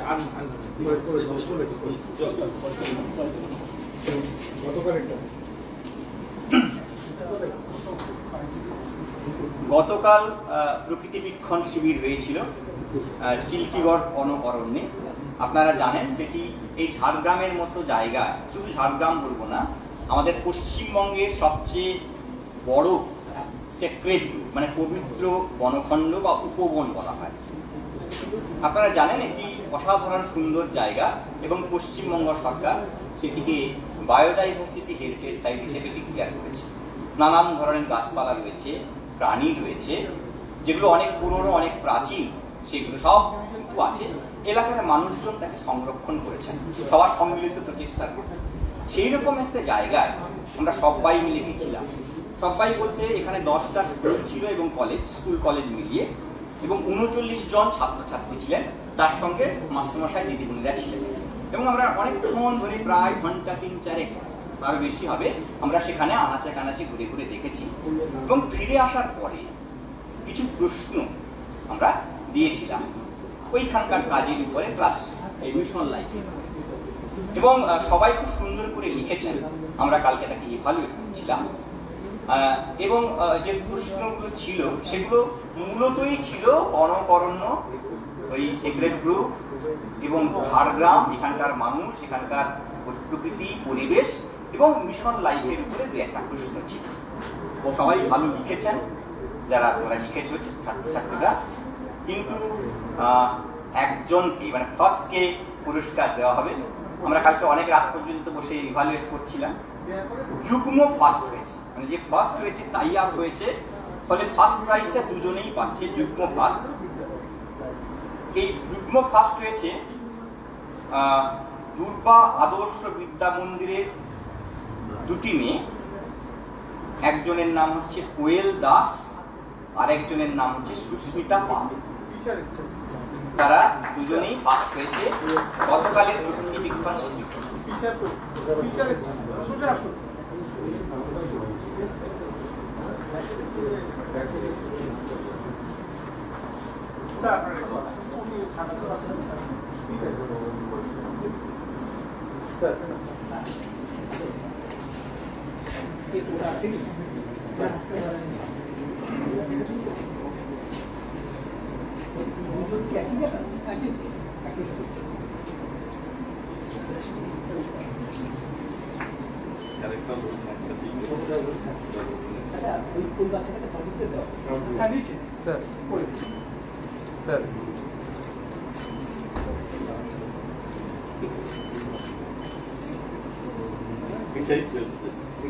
স্কুলের নামটা লিখে দিতে হবে।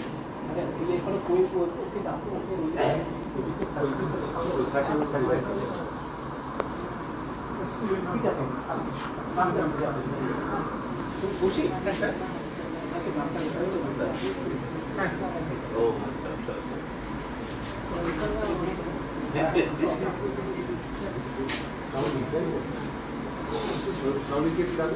শাওনি আরেকবার একটু আসবে শাওনি আরেকবার একটু এসো এই ছবিটা নেবে না এই ছবিটা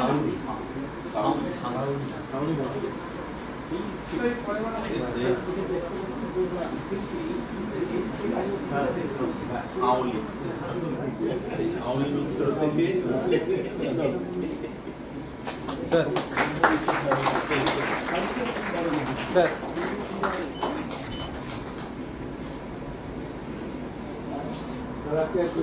কোথায় গেল সিসি কোথায় গেল আমরা শেষ করে দিতাম